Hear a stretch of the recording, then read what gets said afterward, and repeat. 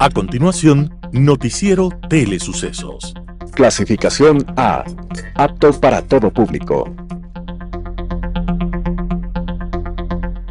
Un noticiero pensado para usted porque se lo merece. Nos acercamos a la realidad desde diferentes perspectivas. Noticiero Telesucesos. Primera parte del Noticiero Telesucesos con las noticias más importantes del día.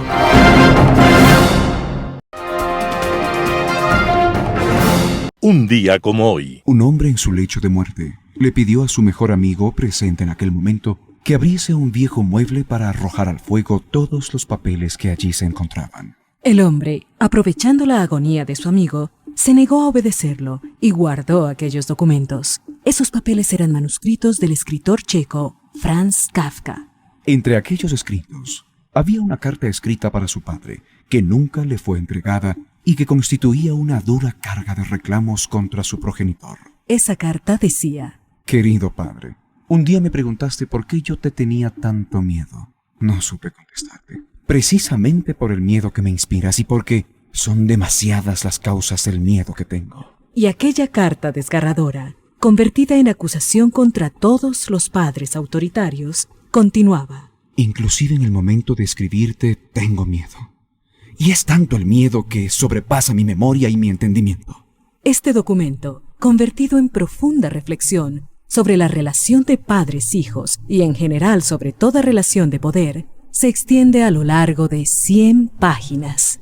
Franz Kafka, autor de este documento literario y humano, estaba naciendo un día como hoy, 3 de julio de 1883. Y se diría que nació para invitarnos a reflexionar sobre el absurdo, el terror y la soledad que los seres humanos vivimos en medio de nuestra supuesta superioridad. Las principales noticias del día.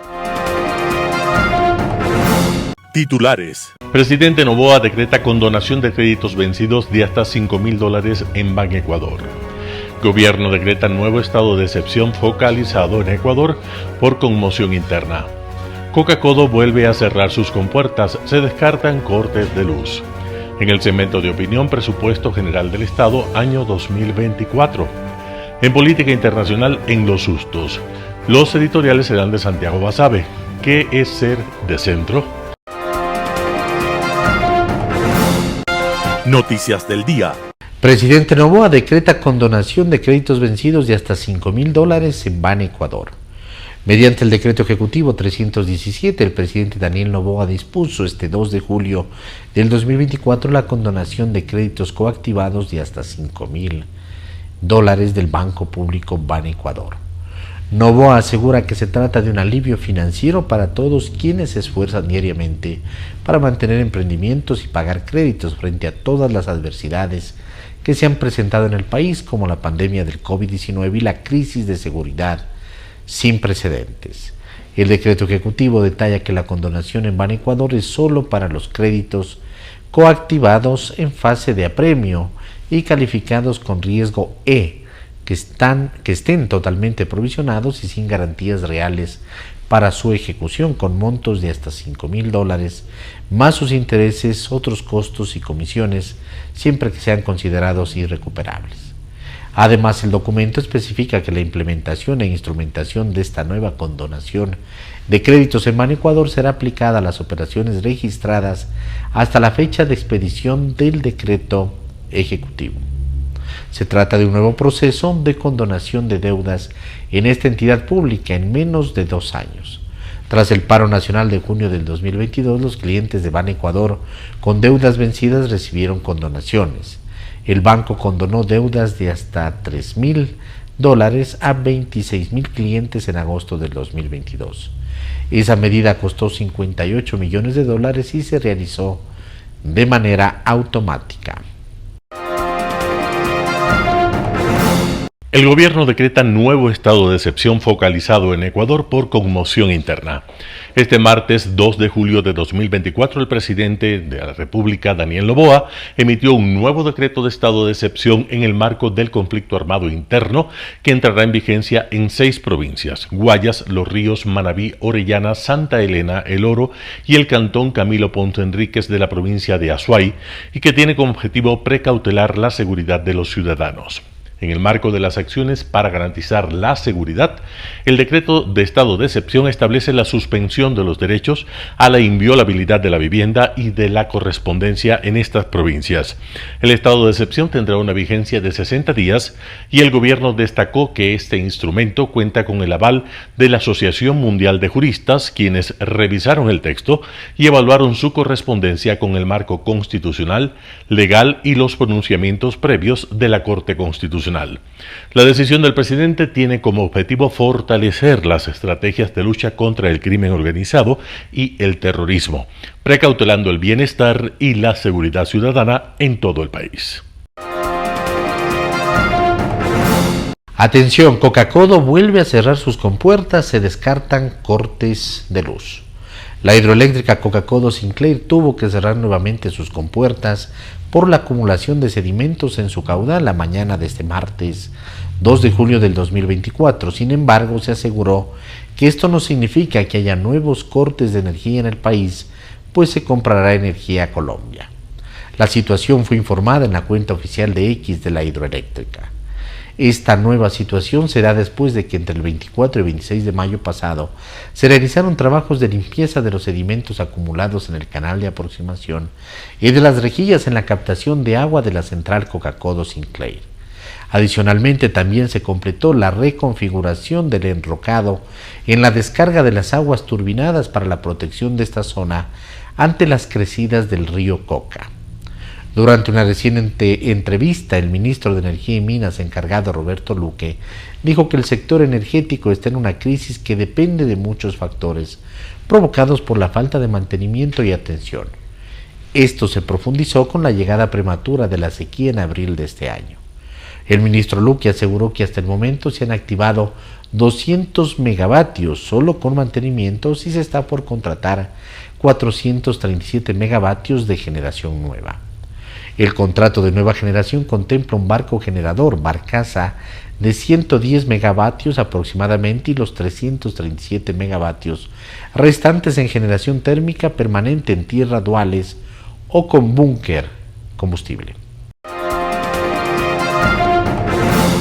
Entrevista del día. En Radio Sucesos estuvo Henry Cucalón, ex ministro de Gobierno, para hablar acerca de la posible candidatura presidencial. Escuchemos qué es lo que dijo. Mi aspiración de ser el primer servidor de la República, porque eso es ser el presidente, el primer servidor de la República.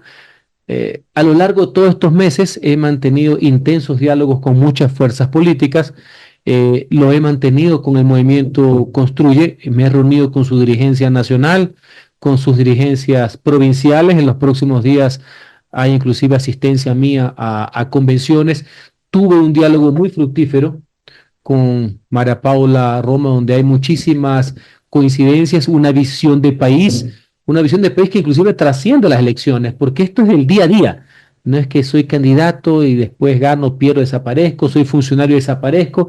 Se necesitan personas comprometidas al día a día, que den la cara, que acepten las críticas, que presenten alternativas, etcétera. Y creo que van bien. También me he reunido con otros movimientos políticos porque la idea, y ese es otro de los consensos, y lo ha dicho ella también, y diversos líderes de Construye, asambleístas, nuestra idea es conformar la más amplia plataforma que pueda existir con varios partidos políticos. Me he reunido con algunos de ellos, porque por experiencia les digo que los acuerdos deben ser más allá del tema electoral, que la gente con mucha razón a veces los ve con desconfianza. Debe haber un acuerdo no solamente para ganar las elecciones, sino para gobernar.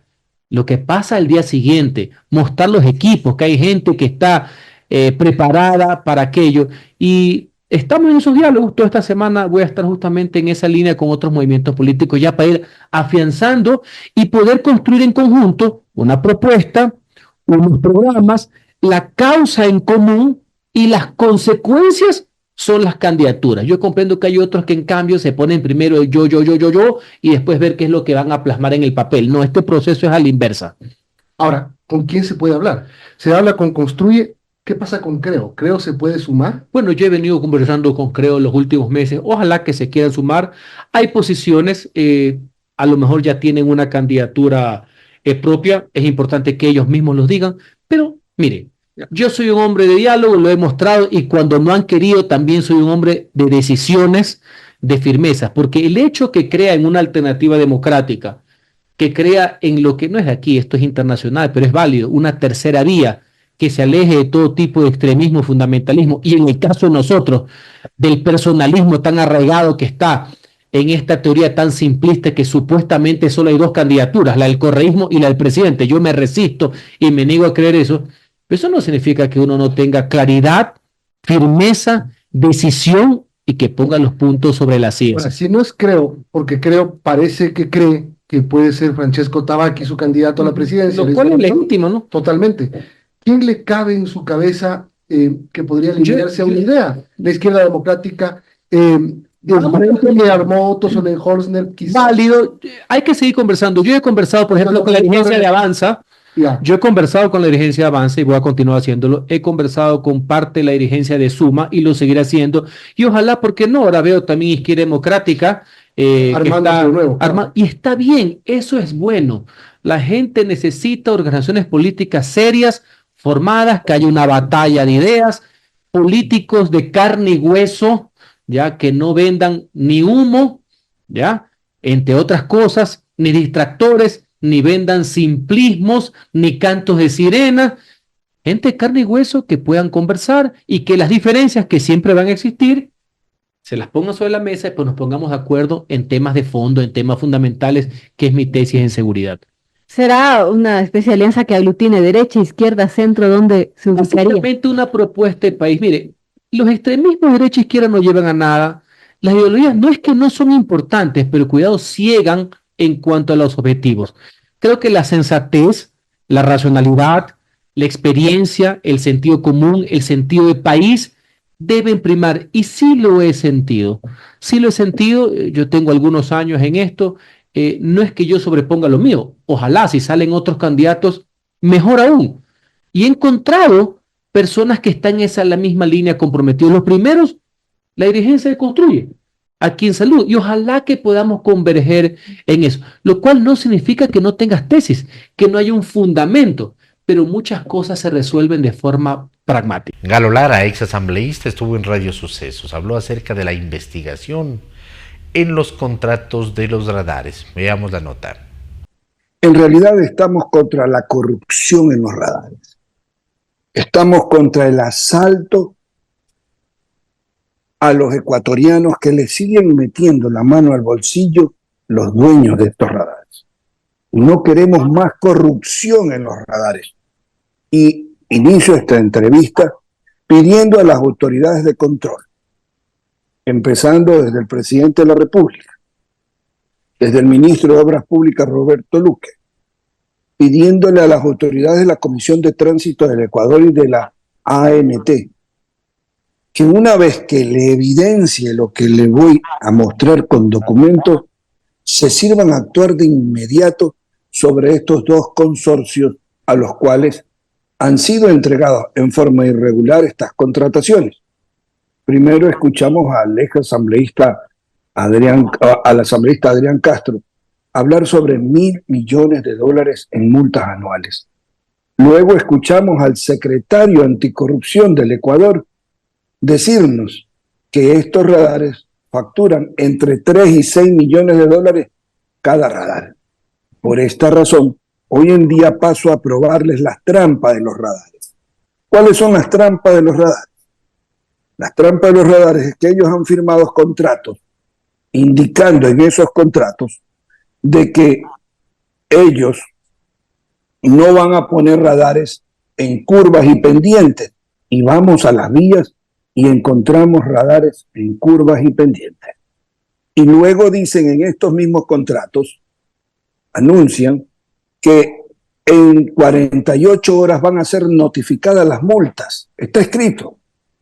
Pero cuando el chofer o quien cometió la infracción llega a la comisión de tránsito a pagar una licencia o a pagar una matrícula, se encuentra con que tiene 3, 2, 5 multas y nunca fue notificado en las 48 horas. ¿Por qué? Porque las 48 horas le permiten a usted pagar el 50% de la multa. Tercero. O impugnar si es el caso, ¿no? O impugnar si es el caso, exactamente.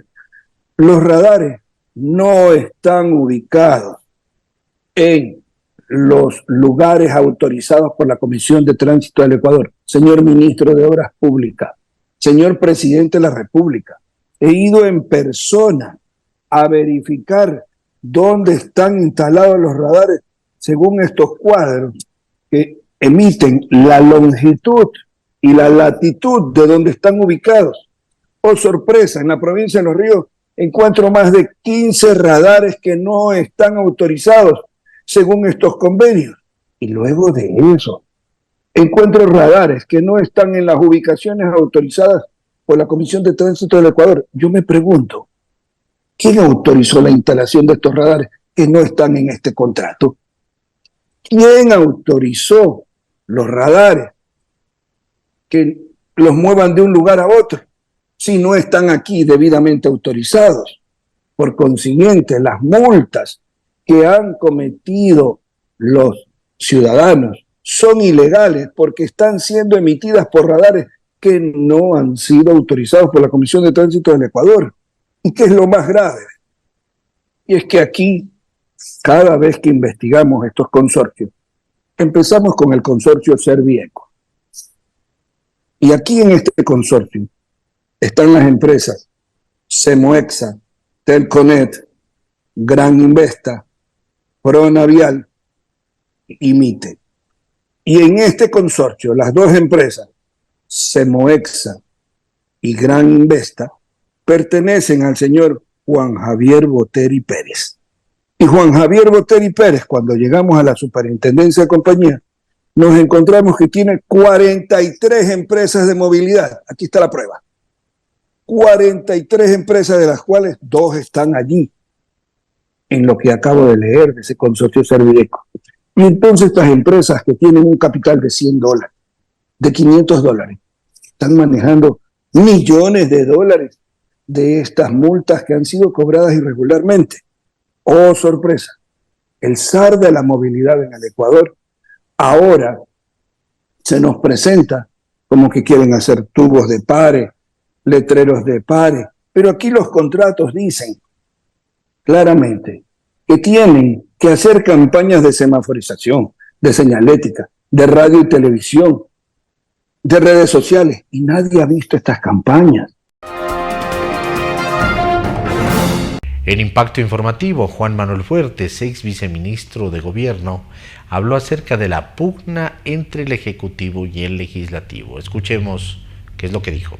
En general, las relaciones entre el Ejecutivo, la Presidencia de la República y el Parlamento, en escenarios político-constitucionales como el nuestro, en el que la elección de los asambleístas es en la primera vuelta y que en consecuencia lo que ha generado esto, sumado a la falta de estructura de las organizaciones políticas, es que se produzca una fragmentación y consecuentemente los ejecutivos no disponen de mayorías sólidas, conduce a que permanentemente la correlación de fuerzas cambie y conforme se producen enojos o acuerdos con el gobierno nacional, los niveles de colisión aumentan, disminuyen, cambian.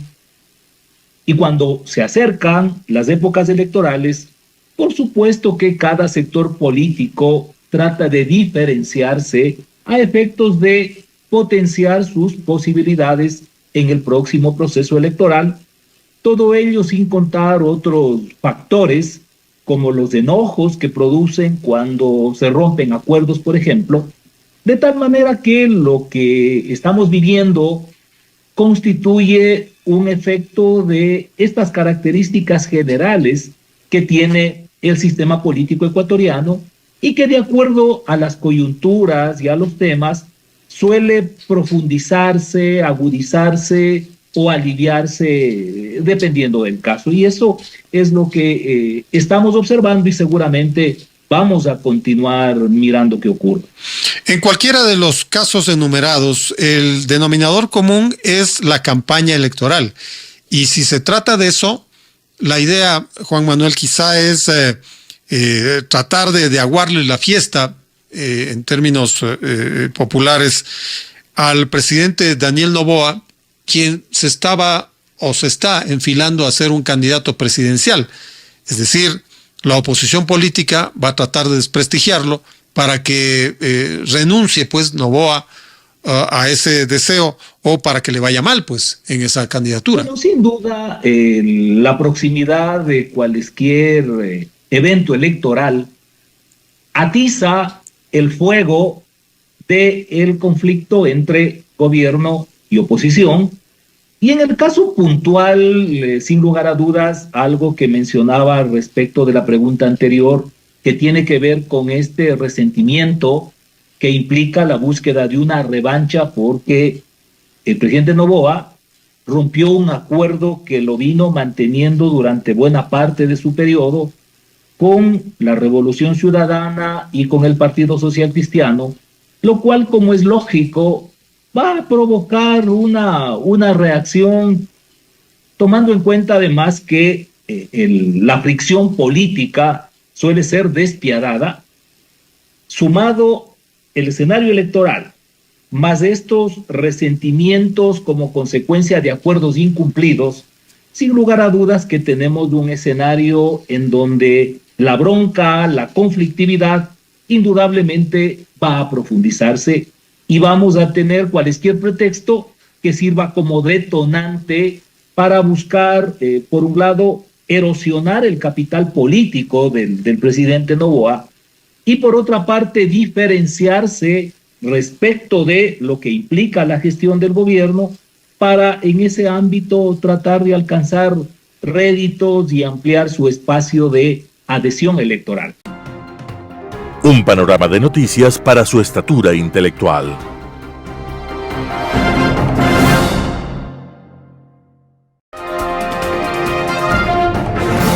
Opinión. Estimados amigos y amigas, gracias por estar con nosotros en este programa de Sucesos. Amigos y amigas, se va el primer semestre del año 2024 y estamos enfrentando todos los ecuatorianos una serie de problemas intensos y graves, desde el punto de vista de la inseguridad, desde el punto de vista del narcotráfico, el problema de la violencia, etcétera, etcétera, etcétera. Pero también hay problemas económicos, falta de empleo, falta de crecimiento económico, etcétera. Y un tema pues que vale la pena nuevamente comentarlo es qué está pasando con el presupuesto general del Estado, que es el documento económico, financiero y político más importante que tiene el gobierno y la sociedad ecuatoriana. ¿Sí? Entonces veamos qué ha pasado en los 5 primeros meses. Según el presupuesto codificado, que es, por decirlo así, una nueva estimación de ingresos y gastos del presupuesto general del Estado, sencillamente los ingresos, sin deuda, los ingresos están alrededor de 24.000 millones de dólares para todo este año, esa es la estimación.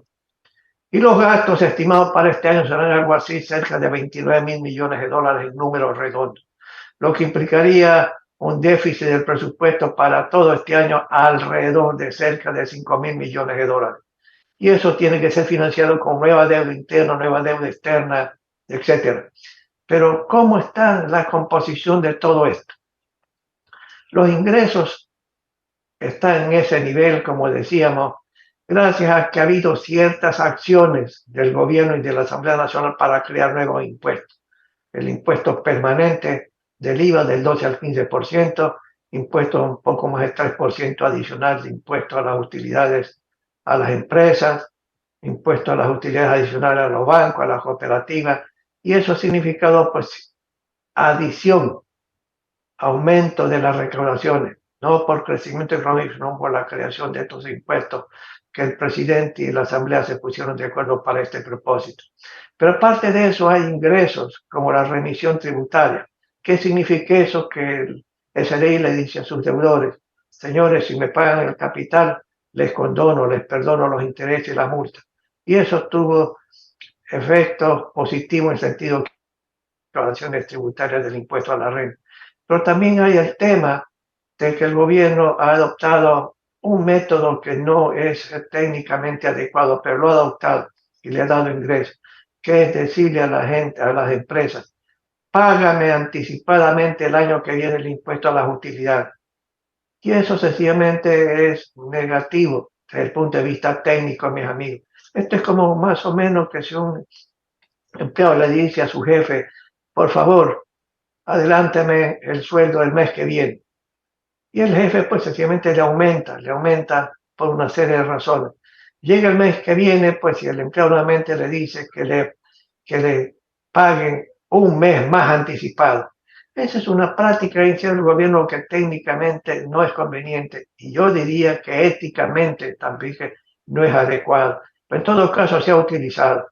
Pero se ve que hay una crisis fiscal que no está siendo bien atendida. Se necesita ingresos permanentes, no ingresos temporales que luego cuando vencen las recaudaciones se desploman totalmente. Y uno de los graves problemas que tiene el presupuesto del Estado y las finanzas públicas es el déficit. Hay que derrotar al déficit, como hemos visto en programas anteriores, y hay fórmulas para hacer eso por el lado del gasto. Pero sencillamente, amigos, uno tiene, por ejemplo, gastos que van creciendo mucho más de lo que crecen las recaudaciones tributarias y los ingresos petroleros. ¿Cuáles son estos gastos? Usted tiene, pues, las jubilaciones, por ejemplo. Hay que pagar el 40% y esa es obligación constitucional y legal del gobierno. ¿Por qué? Porque si crece el número de jubilados, el 40% que tiene que contribuir el gobierno también crece. Pero crece también los intereses de la deuda pública interna y externa porque crece la deuda pública. Y lo que se está haciendo, igual que en gobiernos anteriores, es desplomar la inversión pública, y esto no es conveniente desde el punto de vista del crecimiento y creación de empleo. Pero en todo caso, amigos, sencillamente el gasto sigue creciendo. El 93% más o menos son gastos que mucha gente dice que son sencillamente gastos que no se pueden reducir. Por ejemplo, sueldos y salarios. Por ejemplo, la asignación de recursos al Ministerio de Salud, a las Fuerzas Armadas, a la Policía Nacional, a lo que es la educación, etcétera, los pagos de las deudas internas y externas en intereses y amortización de deuda, y eso significa 93-94% de los ingresos. Ese es el primer problema que uno ve grave de la situación fiscal. Pero aparte de eso, uno tiene que los ingresos de recaudación tributaria más los ingresos petroleros que entran al presupuesto general del Estado son un monto inferior a lo que es el gasto permanente. Y amigo, este también es un indicador de la gravedad de la crisis fiscal. El gobierno, para poder financiar el gasto permanente, tiene que acudir a las utilidades del Banco Central, excedentes de ingresos de empresas estatales, y eso, vuelvo a repetir, es otro elemento que prueba la crisis fiscal, que es seria. Y estamos ya viendo que hay una serie de precandidatos a la presidencia de la República. Se va a iniciar el proceso electoral. Y todas aquellas personas, hombres o mujeres, que quieren llegar al poder, que quieren llegar a la presidencia de la República desde mayo del año que viene, tienen que conocer a ciencia cierta, con detalle, con profundidad, lo que pasa en la finanza pública, porque llegan al gobierno, llegan al poder, tienen que tomar decisiones impopulares. Por ejemplo, ya el gobierno actual está actuando, yo creo que acertadamente, insuficientemente, pero acertadamente, en aumentar el precio del combustible de la gasolina No quiere tocar el precio del diésel ni el precio del gas doméstico, y ese es un error que me hemos dicho. En todo caso, es adecuado, pero ya hay voces que están en contra de esa decisión del gobierno y que anuncian una serie de manifestaciones populares. Yo digo, amigo, ¿cuál es la alternativa que presentan todos esos grupos? Cobre los 70.000 millones de dólares que se robaron gente del gobierno anterior, del anterior y del anterior. Sí, teóricamente es aceptado, pero eso no es fácil. No es fácil y sencillamente alguna vez dijimos y nos ratificamos que el presidente de la República debería llevar al secretario general de las Naciones Unidas pidiéndole 2 o 3 nombres de compañías especializadas en rescatar este dinero que se ha robado a las arcas fiscales a través de varios procedimientos. ¿Sí? Pero amigos, es necesario llevar a cabo esa tarea allí. No es posible, no se lo ha hecho y debería hacérselo. Pero también otra gente dice, hay evasión tributaria, 7.000 millones, cóbrese a los deudores, etcétera. Eso tampoco no es fácil, es aceptado. Hay que fortalecer la capacidad de recaudación del SNI. Y si es necesario una nueva reforma tributaria para ese propósito, hay que hacerlo, sí. Pero eso no es fácil, de tal manera que las alternativas que algunas personas dan no es razonable, amigo. Hay que actuar del lado del gasto. Yo, más impuestos, tal como están las cosas, no creo conveniente, ni habrá situaciones políticas que permitan hacer eso. Sencillamente hay que reducir el número de burócratas que están de más. Varias veces, y yo me confirmo lo que he dicho varias veces, existen más empleados públicos que liquidez en la economía ecuatoriana.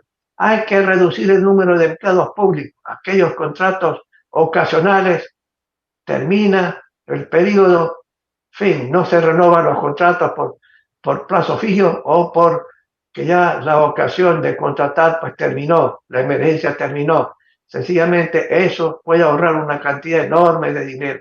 Naturalmente que se va a requerir también una renegociación de la deuda pública y los mercados internacionales van a ver con malos ojos esto, pero habrá necesidad de hacer.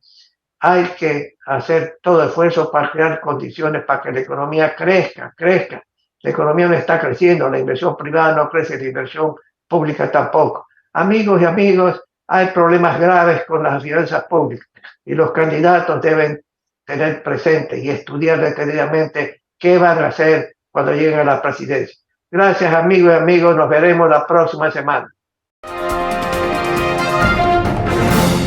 Global Hoy con Alan Carney. En los sustos. Siguiendo la línea de los comentarios que esta semana nos obliga el tema político y el tema de las elecciones en Europa, en América, vamos a conversar hoy sobre la situación que se viene dando en Francia luego de la imprudente apuesta de Macron tras los muy malos resultados de su partido en las elecciones para el Parlamento Europeo, que le pasó la esperable factura en las elecciones para Asamblea Nacional que innecesariamente fueron anticipadas por decisión de Macron sin entenderse hasta ahora con qué propósito, pues si la situación del presidente era incómoda por no tener mayoría propia en la Asamblea, ahora se le vuelve insostenible, pues su partido sufrió una fuerte caída en la elección a un lejano lugar, a tercer lugar, a 13 puntos del reagrupamiento de la señora Le Pen y a 10 de una resucitada alianza de la izquierda por las decisiones de Macron en torno a un acuerdo para unificarse para la segunda parte de las elecciones a celebrarse el próximo domingo, donde esperan en una suerte de balotaje poder consolidar una votación que permita detener el impulso del reagrupamiento que ha conseguido convertirse en la fuerza más votada del espectro político francés con 1/3 de la votación, misma que aspiran a mejorar en el balotaje, planteándose incluso lograr la mayoría absoluta.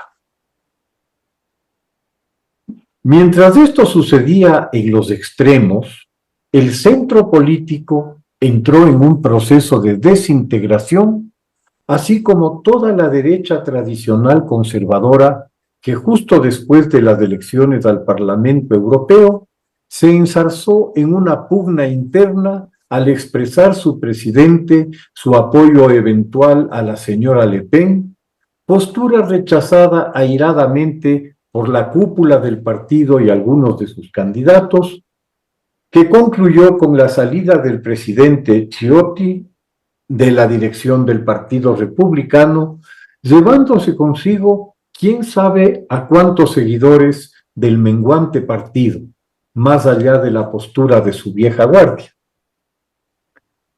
Pero el resultado obtenido por Renacimiento, el partido de Macron, dejó mucho que desear, convirtiéndose en la tercera fuerza, un claro voto de castigo al presidente en esta suerte de referéndum que él mismo le propuso al país al convocar anticipadamente a estas elecciones. Quedó bastante claro que Macron no representa sino a ese magro 20% que su partido obtuvo, es decir, a 1 de cada 5 votantes franceses, algo que debe haber significado un severo shock para quien se considera como un líder europeo esencial. En una década, Francia ha visto disolverse la tradicional estructura política que marcaría la realidad electoral francesa durante 40 años. En efecto, el mismo Macron dinamita lo que podíamos llamar el centro derecha con su intento por ocupar el más amplio espectro del centro político, atrayendo también a los votantes de la izquierda moderada. La señora Le Pen aprovecha el vacío que se produce con el descontento de este viraje, creciendo a costa de la derecha tradicional, pero también, y algo que es notable, a costa del voto proletario de las periferias industriales urbanas, que fuera el voto duro del socialismo y del comunismo en Francia, al sentirse traicionados por el apoyo de esas tendencias a migrantes que ven como beneficiarios de servicios que les faltan a ellos, además de competir por los empleos. Si el centro derecha se disuelve, lo propio ocurre con el centro izquierda, donde el históricamente fuerte Partido Socialista se encoge hasta casi desaparecer, absorbido por una extrema izquierda populista aglutinada en torno a un líder como Mélenchon, dispuesto a ofrecer cualquier cosa a cambio del voto de una izquierda a la que se le perdió el rumbo hace 30 años y aún no se percata de lo ocurrido. La muy real posibilidad de que la señora Le Pen logre lo que su padre nunca consiguió, ganar con una mayoría que le lleve al poder, ha sido el detonante para una frenética actividad por impedir tal opción, apelando a un discurso de miedo y al mantenimiento de lo que durante muchos años ha sido un mantra en la política francesa: el no pactar con la extrema derecha bajo ninguna circunstancia. Como nada está escrito en piedra, esa máxima resulta hoy día una camisa de fuerza insostenible, puestos los partidos del centro derecha ante la opción de apoyar a uno de la extrema izquierda, a la que ven tanto o más peligrosa que al reagrupamiento nacional.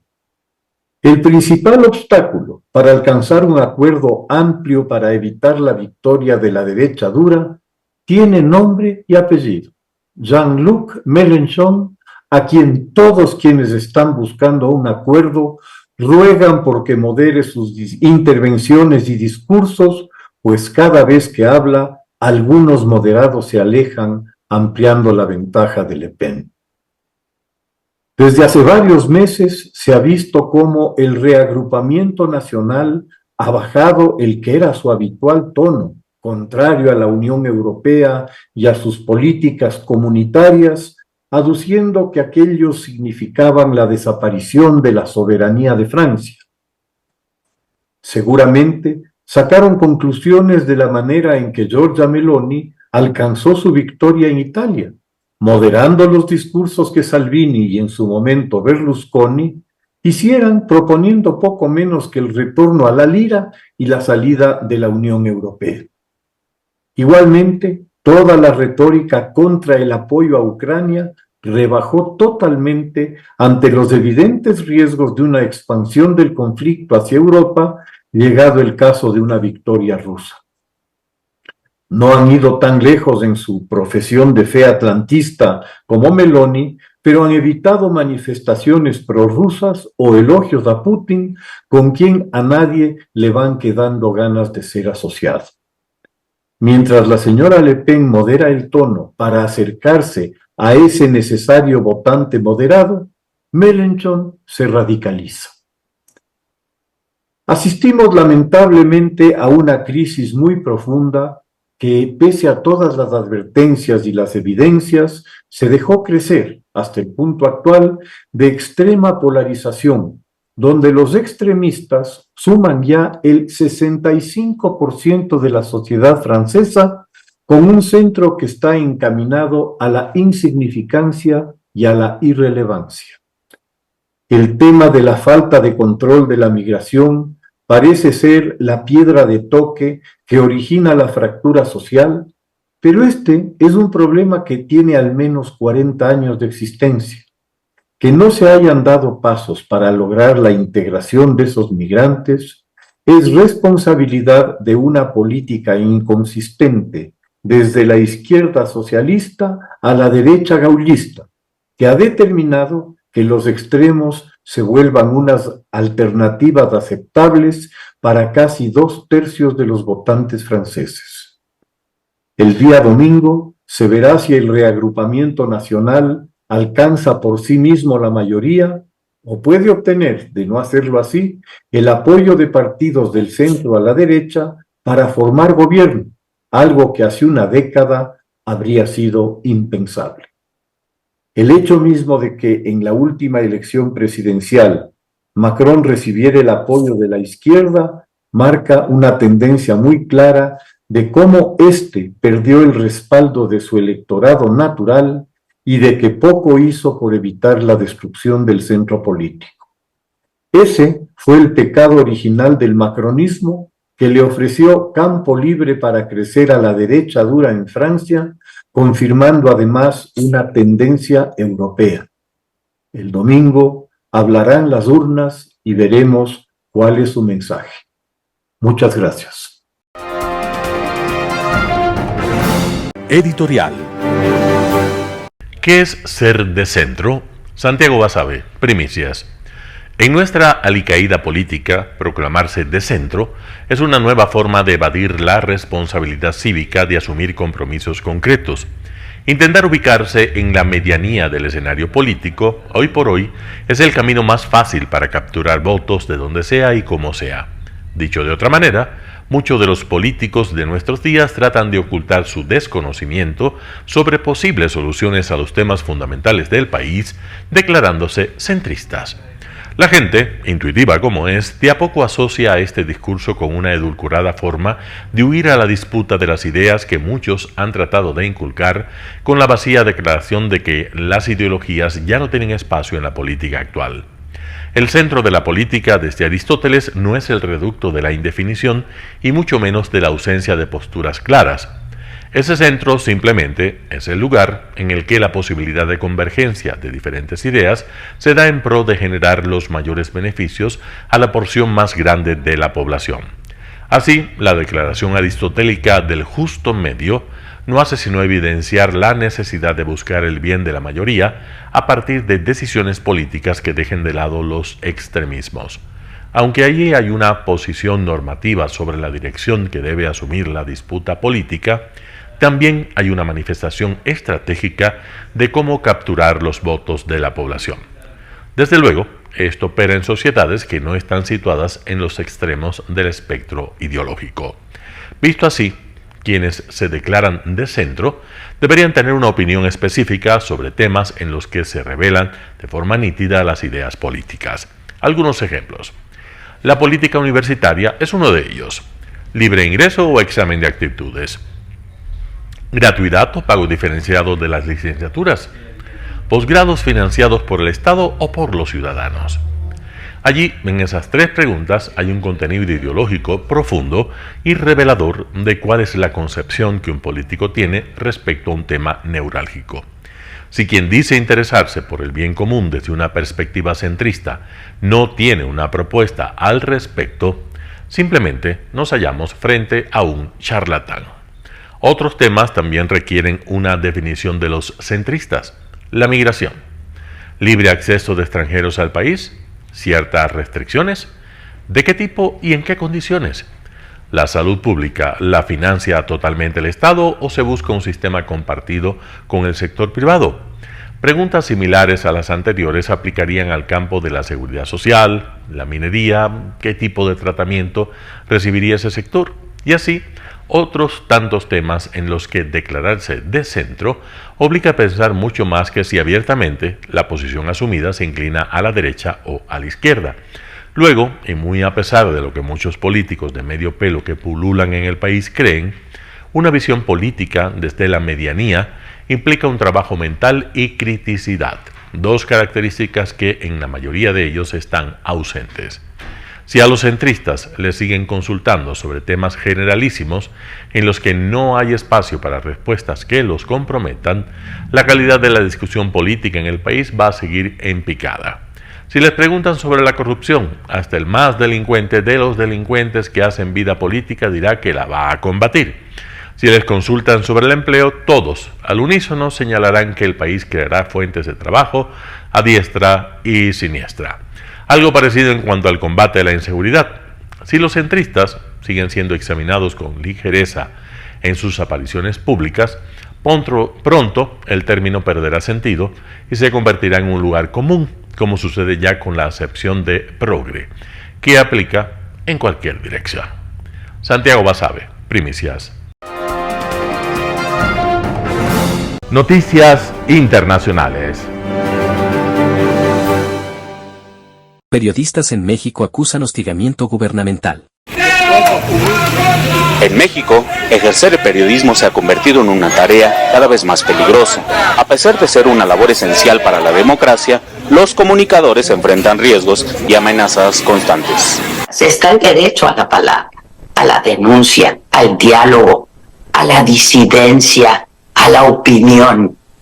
Y porque las investigaciones por parte de las autoridades deben servir para hacer justicia. Dirigentes gremiales sostienen que pese a las promesas de reformas, el presidente López Obrador no ha implementado las acciones necesarias para frenar la violencia y la impunidad contra la prensa, y mencionan acciones como la emprendida por la Unidad de Inteligencia Financiera contra el periodista Carlos Loret de Mola. El hostigamiento ya se da directamente del presidente de México, ¿no? De Andrés Manuel López Obrador.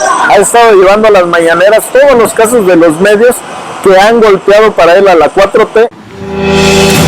Pero el mandatario niega que su gobierno esté acosando a Loret de Mola. ¿Qué voy yo a andar ordenando que se investigue a Loret de Mola si casi es de dominio público? Que hace un periodismo al servicio de intereses creados. México se mantiene como uno de los países más peligrosos para los periodistas. Desde el año 2000, cerca de 164 periodistas han sido asesinados y 28 han desaparecido. En teoría, la libertad de prensa está garantizada por el artículo 6º constitucional, pero en la práctica, organizaciones periodísticas sostienen que la censura se ejerce mediante amenazas o ataques directos contra los periodistas, más que a través de acciones judiciales o detenciones. Miguel Ángel Boiso, Voz de América, Ciudad de México. Piratas, voluntarios al rescate de espacios naturales en Hungría. Grupos de activistas y voluntarios recogieron más de 7 toneladas de residuos plásticos del lago Tisza de Hungría como parte de un concurso de limpieza para luchar contra la contaminación de espacios naturales. Los equipos llamados Piratas PET navegaron con kayaks y botes improvisados para recoger los desechos. Cuanto más plástico acumulaban, más cerca estaban de ganar la Copa PET. Legalább 3 tonna szemét van azon a hajón, amit most mindenki élő láncban pakol ki, és ez a rengeteg szemét csak ma reggel óta gyűlt össze. Los residuos recogidos se clasifican por color y material. A pesar de que el trabajo es metódico, los voluntarios a menudo se ven sorprendidos por el tipo de basura que encuentran.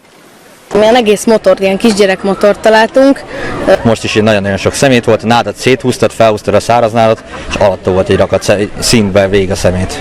El concurso de 3 días lo gana el equipo que recoja la mayor cantidad de plástico. Los conocidos como Piratas del PET descansarán ahora un poco, pero en agosto encabezarán una operación de limpieza en la llanura en torno al río Bodrog.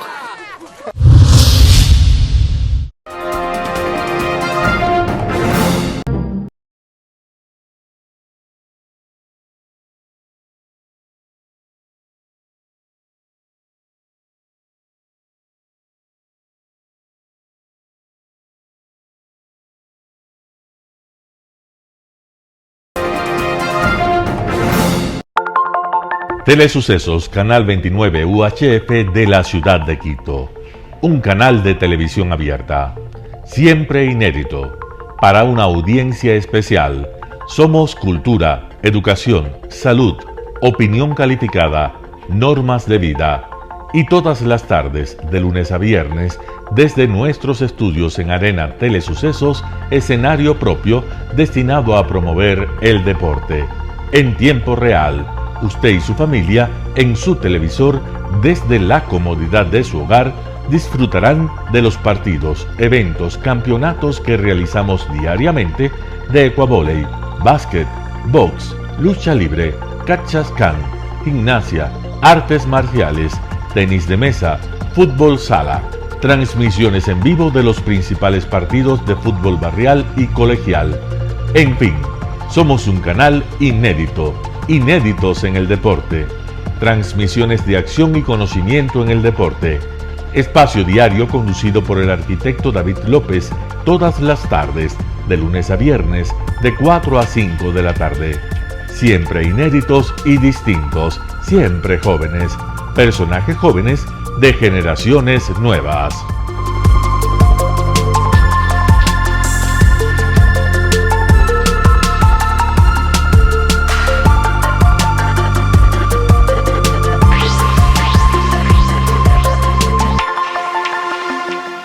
El término arena dejó tiempo atrás de ser sinónimo de muerte.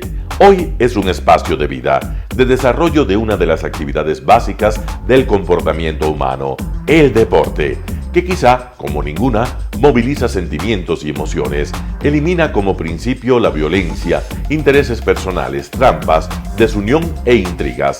El deporte, con sus valores, solo deberá entregar mensajes de bien para mejorar las actuales estructuras sociales y políticas en deterioro en las que vive nuestro país.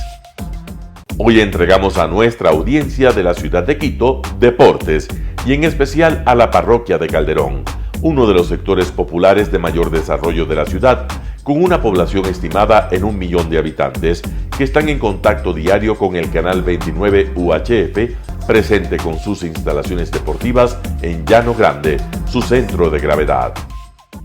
Telesucesos, desde nuestro estudio principal y en el de Arena Telesucesos, es el único medio de televisión que transmite de lunes a viernes 4 horas diarias de diversos eventos y novedades deportivas: el ecuavóley, básquet, tenis de mesa, halterofilia, taekwondo, esgrima, box, cachascán, gimnasia olímpica. Pueden ser observados en Canal 29 UHF y en todas las redes sociales en su televisión, sin ningún costo, desde la comodidad de su hogar, en nuestro canal y en las redes sociales. Arena Telesucesos es el escenario en donde el deporte tiene vida. Nuestros invitados y jugadores están en la cancha junto a usted y como nunca antes en la pantalla de su televisor, acercándole a un espectáculo inolvidable de luz, color y fiesta. Por fin usted encuentra el deporte que practica y que nunca es transmitido ni considerado por otros medios de comunicación con la importancia que nosotros le damos. El ecuavóley es el gran protagonista en una cancha con todos los estándares y comodidad para su práctica. Es el único deporte ecuatoriano con partida de nacimiento ecuatoriana. Somos inéditos, nos acercamos al deporte popular de nuestra gente que comparte nuestros esfuerzos. En Arena Telesucesos, aparte del atractivo de los eventos deportivos que transmitimos con nuestra señal a los televisores de su hogar, también entregamos muchos de los valores que encierra el deporte y en especial privilegiamos nuestra identidad nacional en el ecuavóley, jerarquizando su presencia como el deporte con partida de nacimiento en nuestro país.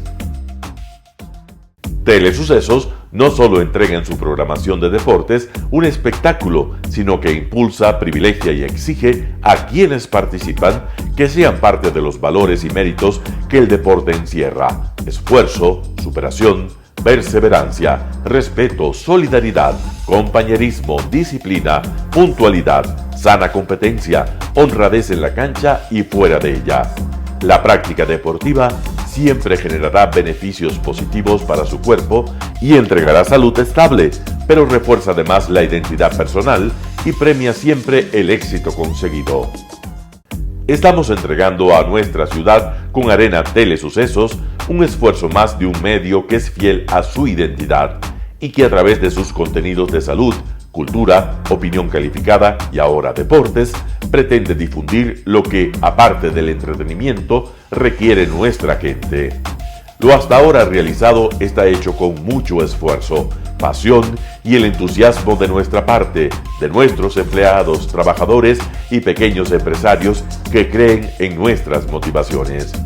Hemos dado los primeros pasos para este proyecto que seguiremos haciéndolo gracias a ustedes. ¿Cómo llegar? Nuestras instalaciones se encuentran en el norte de la ciudad, en un sector de gran crecimiento y desarrollo urbano al que se accede a través de la vía E35, más conocida como la Avenida Panamericana Norte. Desde el centro comercial El Portal, a 2 kilómetros a la derecha, se encuentra la calle García Moreno, antiguo camino a Llano Grande, una arteria en la que se desarrollan dinámicos comercios. Junto al centro comercial Ciudad Alegría, a 100 metros, hemos llegado a nuestras instalaciones, Arena Telesucesos, la cancha del Ecuavoley. Telesucesos, siempre inédito, nuestro canal online a la vanguardia tecnológica, 24 horas de programación continua a través de Internet. Telesucesos Internacional. En el Ecuador y en el mundo, Telesucesos Internacional. ¿Cómo nos sintoniza? Ingresando a www.telesucesos.net. Telesucesos Internacional. Telesucesos, el canal de televisión siempre inédito. El noticiero Telesucesos es retransmitido de lunes a viernes a las 7 horas por Radio Planeta Sur 106.1 FM de la ciudad de Loja. Noticiero Telesucesos. Las opiniones vertidas en este espacio por la producción y dirección del programa son de exclusiva responsabilidad de sus autores y de quienes intervienen en ellos.